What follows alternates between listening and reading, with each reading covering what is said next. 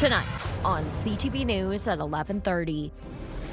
Hot, dry weather sparks new wildfires across the Northeast. There are two CL-415 water bombers and a Lead Bird Dog aircraft that are on the scene this afternoon, as well as 3 Ontario Fire Ranger crews. The Ministry of Natural Resources estimates there are 24 active wildfires in our region. Plus, was summer tourism in high gear? There's just so much here in the north that I think would check so many boxes for folks. Officials say Northern Ontario is grabbing the spotlight. And talk about the ultimate Canadian pool party. We're kind of getting attached to it a little bit. I almost named her. A North Bay family recently received a surprise guest who made a big splash. CTV News at 11:30 with Ian Campbell and Tony Rima with weather. Good evening. Thanks for joining us on this Friday night. Ian is off. We begin with the weather. It's been a hot one across much of our broadcast region this week, and that trend is likely going to continue. Public Health Sudbury and District says it plans to extend the heat warning that was first put in place on Monday.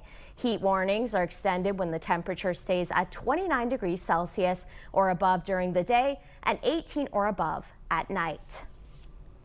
The province is responding to 2 new wildland fires in northeastern Ontario, including one south of Hearst that's 20 hectares in size. It's prompted a major air and ground response. CTV's Lydia Chubak reports. A new wildland fire is burning in northeastern Ontario. Cochrane 26 is burning south of Hearst, and boaters are being urged to move to shore when water bombers are scooping water. Yeah, we have Cochrane 26, which was confirmed this afternoon. So there are 2 CL-415 water bombers and a Lead Bird Dog aircraft that are on the scene this afternoon, as well as 3 Ontario Fire Ranger crews. It is located approximately 27 kilometers south of the community of Hearst. There's also no concerns for residents at this time. Another new fire, Sudbury 13, is a small blaze east of Highway 144, where Chenard says crews are making good progress. Chenard says Timmins 16 is now being held, while Timmins 9 remains active as crews continue to extinguish hotspots. In July and August, the majority of the fires that we see are lightning caused. So we've had now quite a few consecutive days of hot, dry weather. Chenard says there are currently 24 active wildland fires in northeastern Ontario, with most burning in the northern part of the region. Lydia Chubak, CTV News, Timmins. There's no word yet on what could have started a large fire yesterday in Wildfire. CTV News received this video of thick black smoke and flames that could be seen pouring out of a pair of townhomes on Gleason Avenue Thursday. It's also unclear if there were any injuries. We've reached out to the Black River Matheson Fire Department and OPP for more details. Now that the summer is here, travel and tourism have kicked into high gear. Those in the industry across Northern Ontario say more and more visitors are choosing this region. CTV's Angela Gemmel reports. Outdoor experiences appear to be topping the list for travelers, and tourism experts say they're finding those in Northern Ontario. We're seeing a lot of individuals having that love for nature and they want to get outdoors. So the leisure market is definitely, a top priority for folks in Northern Ontario. Promoting tourism in the region, Destination Northern Ontario says tourists spent $3.1 billion last year, with increases for both domestic and international visitors. In general, for Canadians, they're ready to roam. They want to keep their adventures close to home. All this bodes well for communities across the Northeast. Well, it's going to be a wildly unexpected summer here in Sudbury. Sudbury's manager of tourism and culture says the response has been positive to the rebrand announced a month ago. Tourists are taking notice. They can't believe how much Sudbury has changed. And we hear that time and time again, how green we are. We offer everything from outdoor adventure to culture to culinary to unique experiences in our attractions. A sunset over Lake Nipissing, that is an absolute must-have, must-do when you do come and visit us. Other northern cities are marketing the outdoors as well. Because we are nestled in 2 freshwater lakes, there's lots of outdoor activities to be able to enjoy. So that is something that we do push to our market who are interested in coming to visit us in North Bay, is of course taking advantage of all the outdoor amenities. Plus, the culinary scene is cooking up big business. When we have visitors coming, whether it's for conferences, meeting, travel media, or sport, they can't believe our local restaurants and the food scene that we have here. There's just so much here in the north that I think would check so many boxes for folks. It really all depends on your interests. So whether you're hungry for adventure or just a great meal, Northern Ontario plans on serving it all up this summer. A little something for everyone. Angela Gemmell, CTV News, Sudbury. North Bay Police are warning of a significant surge in suspected overdoses tonight. Officers say early evidence suggests the city's illicit drug supply is contaminated. The police service is urging anyone who uses drugs to carry naloxone never use alone and to check on friends and family. Teen Challenge operates in residence centers across Canada, offering 12-month drug and rehabilitation programs. CTV's Alan Everson has more with the Sudbury chapter's first graduate. 72-year-old Mari Bietarinen is grateful he walked through the Teen Challenge door in Sudbury over 2 years ago. At the time, he was homeless and battling 50 years of addiction. For the last 10 years, it was crack cocaine, and alcohol. So I had all three substance abuses to labor with. It was more than 3 years ago when Teen Challenge Canada opened an addiction recovery office in Sudbury at the Samaritan Centre, offering an addiction recovery program for the homeless 18 and older. It's a one-year treatment program. It's a faith-based treatment program. We get to the trauma that became the addiction. Nobody starts out being an addict. Mari completed in-residence recovery programs in London and Renfrew. One thing I liked about the program was definitely I was away from Sudbury. That was very important to me, that I wouldn't get any triggers and traps, to fall back into. Mari is the oldest graduate of the program in the past 50 years and is no longer homeless. Now I've been clean and sober for over 27 months, something like that. And what's happening is I still go to church now, and I trust in the Lord with all my heart. Watson says Mari is a prime example of how it's never too late to ask for help. You walk through the front doors, and that takes a lot of courage. And when I look at my hope board, that these guys never gave up on themselves, so I would never give up on anybody that is looking for treatment, because everybody's worth it. There have been 5 graduates of the Addiction Recovery Office of Teen Challenge in Sudbury, with 3 more expecting to reach that milestone this fall. Alan Everson, CTV News, Sudbury. Hundreds came out for a solidarity walk in Niagara Falls today in support of Kashechewan First Nation.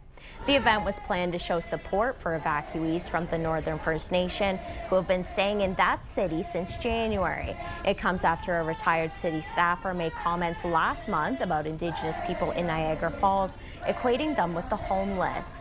Both the Kashechewan chief and the Niagara Falls mayor were on hand. The mayor has since apologized.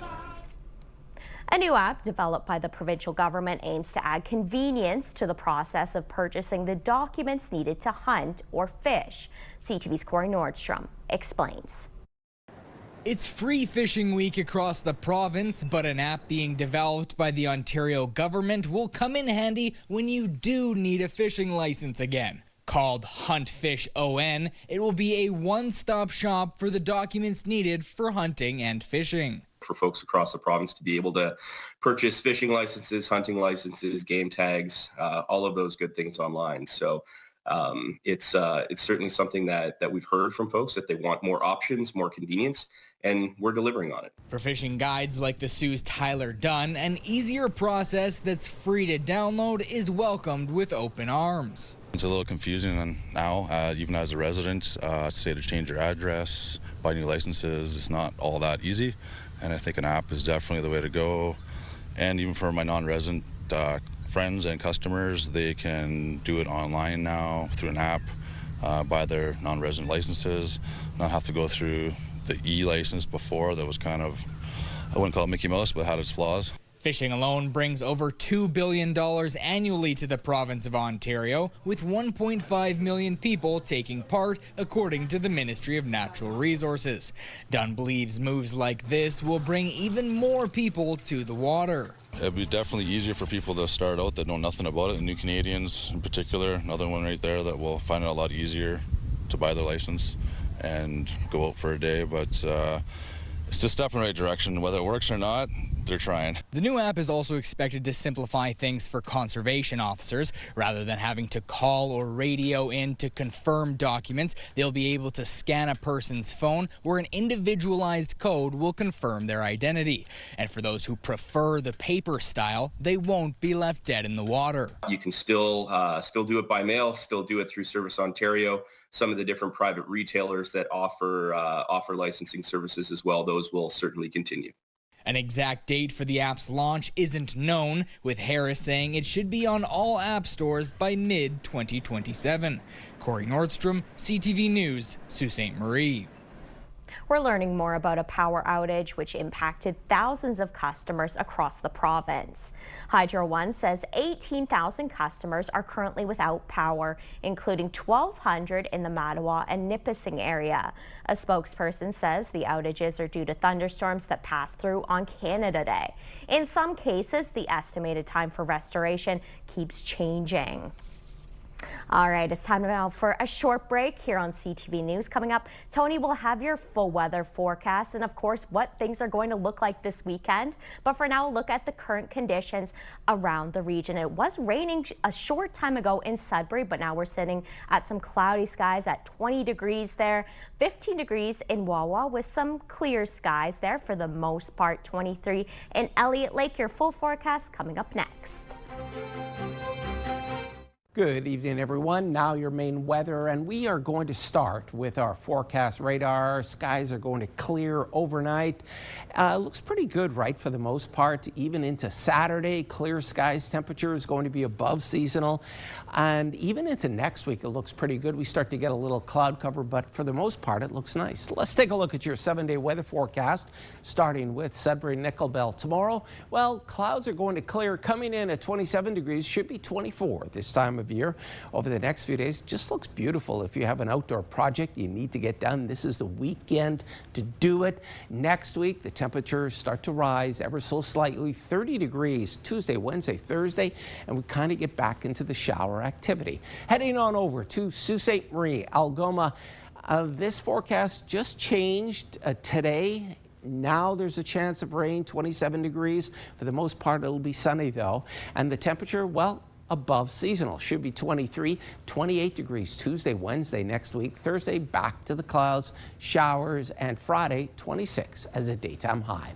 Heading on over to Timmins, Cochrane, and Kapuskasing. Beautiful conditions this weekend. 26, 25. It should be 24 this time of year. It gets even warmer next week. Monday, 30 degrees, 1 degree warmer on Tuesday, but there is a chance of some rain. And then we start to see those clouds clear. Temperatures start to fall ever so slightly. 26 degrees on Friday. And heading on over to Timiskaming Shores and Kirkland Lake, beautiful sunshine for the next 5 days. Take a look at that. It ticks up to 31 degrees next week on Tuesday, and then it starts to cool off ever so gradually. 27 degrees, mostly cloudy on Friday. And folks, here's your 7-day weather forecast for North Bay, West Nipissing. Tomorrow, while those clouds are going to clear, 26 degrees, should be 25. Almost spot on. Temperature looks beautiful for the next few days. Gets even warmer next week, up to 29. Then Thursday, some clouds and some showers are on the way. And then Friday, it looks like some rain coming in at 27 degrees. Amanda Hicks, it's back over to you. It's looking pretty nice. Thanks for that, Tony. On a warm day, the interior temperature of a vehicle can rise to dangerous levels, even within a short period of time. CTV's Pat Foran has details. No parent thinks they would forget their child in a hot car, but the unfortunate truth is it can happen to anyone. Research has shown that stress, sleep deprivation, and changes in routine can affect our memory and make people more forgetful. Those are conditions many parents and caregivers know all too well. While the risk of heat stroke increases in warmer weather, it doesn't take a heat wave to create dangerous conditions. We wanted to see on a hot day just how hot it gets inside a vehicle. We decided to place this thermometer, which now reads 21 degrees Celsius, inside the car for 3 hours. Let's see how hot it gets. After 3 hours, the temperature reached 61 degrees Celsius, creating potentially dangerous and life-threatening conditions. That kind of temperature could prove fatal for a child. Children's bodies heat up 3 to 5 times faster than adults. It's never safe to leave a child unattended in a vehicle, even if you're parked in the shade or you've cracked a window. NoHeatstroke.org reports the deaths have included children from 5-day-old babies to 14-year-old kids. In most cases, parents accidentally left their child in the car. Because of this, it's best to make it routine to check the back seat every time you drive. It helps to create a visual reminder by putting your child's hat, jacket, or bag up front next to you. You can also create a habit of placing your own things in the back, like your phone or your bag, so you're forced to check it when you exit the vehicle. Simple changes in your daily routine could save a life. It's also recommended to always keep your vehicle locked so children can't gain access to it on their own. The Toronto Humane Society has also released safety warnings to look before you lock so pets aren't accidentally left in a hot car. Pat Foran, CTV News. The World Cup has wrapped up in Toronto, and locals say it made a big impact. CTV's Siobhan Morris reports. After 3 weeks of waves of color flooding Toronto's neighborhoods, historic firsts, the country's first World Cup goal on home soil, and memorable finishes, Toronto's job as FIFA World Cup host city is done. The branding on the waterfront stadium already disappearing. Yes, it was only 6 games, but the feeling, the joy that I saw on the street is incredible. Reviews for Toronto are glowing. The stadium looked fantastic. It didn't rain. We got the weather. The crowd and people were controlled. Perfect. Before kickoff, there'd been a lot of anxiety around costs, security, traffic chaos, and overcrowding. Problems people living in and visiting Liberty Village say they never saw materialize. Did the best they could to route traffic by foot and by cars. It's very organized. I live here, and I mean, there's a lot of people, but it's good. I think we were expecting a little bit more busyness, to be honest with you, but I think people had a good time. That's what's most important, right? The mayor credits lots of planning and teamwork for avoiding any hiccups. The police, the fire, the ambulance, and the paramedics, all the volunteers all coming together. There were some small gripes. Fun fest. I love that, but I didn't see a lot of food. Tickets are a bit ridiculous with the prices. Compared to other cities, I can't understand it. And game day fan marches to the stadium added some complications for people living close by. Can't leave my apartment those days, but other than that, it's been an exciting time. The warm welcome from Torontonians, the upgrades to training and playing facilities didn't go unnoticed by Team Portugal. A wonderful feel. So congratulations to everybody. I think it's a shame that there are no more games here in Toronto because we really enjoyed it. Duncan's been in Toronto from Peru for work. He watched a shift in the city from skepticism to embracing the World Cup. When you start seeing how much other people come and appreciate the city, you start appreciating it even more. And I felt like it's been like an amazing couple of weeks for Toronto and Torontonians. Siobhan Morris, CTV News. While the country waits for that historic Canada game tomorrow against Morocco, celebrations are already kicking off in Nova Scotia. CTV's Emma Convey has more. Jacob Schavelberg's grandparents start every game the same way, sitting in these 2 armchairs at their home in Port Williams, Nova Scotia. Sometimes I'll sit a little closer, but because I don't want to miss anything. Having been to all his games in Nova Scotia growing up, even a few in Toronto, watching him play in the World Cup fills them with pride. It's just amazing that he is where he is. He's good. He's really good.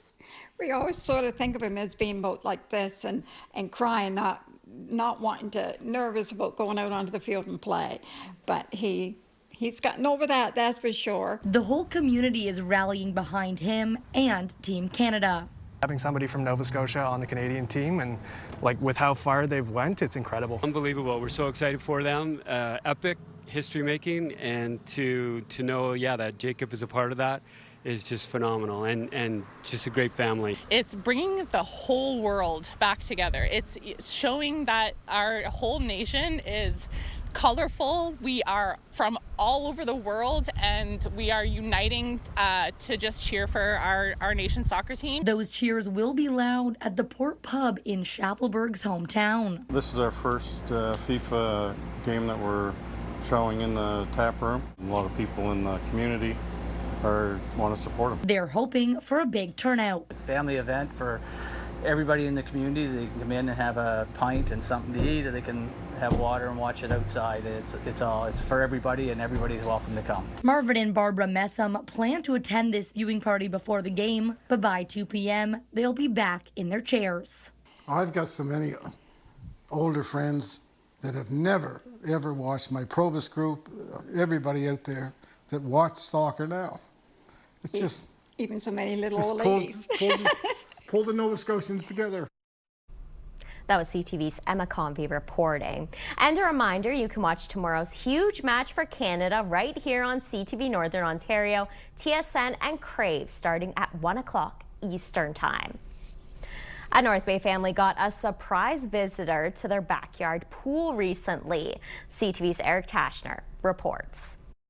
Trying to get out. Kurt Blaschek and his wife Abby were awoken suddenly early last Saturday to a loud splash. An unexpected guest was taking a dip in their pool. We actually had a bear in our yard about a month ago, so I thought maybe it was that, but you could kind of see in the early morning light it was much larger. A young moose, more than likely confused at her surroundings, had fallen in and was struggling to swim. Kurt says he rushed out to try to entice the animal to the shallow area. Good job, Kurt. But once free, the animal took a wrong turn and got stuck in a wooded section of the backyard, where it banged its body against the fence trying to escape. Kurt says the moose then tried a shorter section of fencing behind the pool shed, got turned around, and slipped back into the pool for a second time. Got herself unstuck, kind of just almost hid behind this net. There's a golf net there, hid behind the net. We rested for a couple hours. The Blascheks called the Ministry of Natural Resources, and firefighters assisted in trying to tranquilize and remove the animal. But the young moose didn't give up without a fight, at one point charging towards them. I had a gazebo right here, like almost a little sniper's nest where they were setting up for the clean shot with the dart gun. But they were unsuccessful. During the chaos, the animal broke through the fence only to end up in the neighbor's pool, where it got trapped in a solar blanket before exiting through a gate. Friend a block or two away said, get your moose under control, because he was out in front of his yard. The moose ran off to a nearby street before coming to a stop at the ski hill, completely exhausted. The MNR stayed with the animal to monitor its injuries. When they returned the next morning, the moose had already left, likely through a trail behind the ski hill. After 8 hours in my yard, kind of getting attached to it a little bit, I almost named her. The Blascheks say the whole ordeal lasted about 15 hours. Their pool liner ended up getting damaged and had to be removed. The family has been in touch with their insurance company, but they're relieved the moose was relatively unharmed. And now they have a story that's very uniquely Canadian, I think, in a lot of ways. Eric Tashner, CTV News, North Bay. Still ahead tonight on CTV News.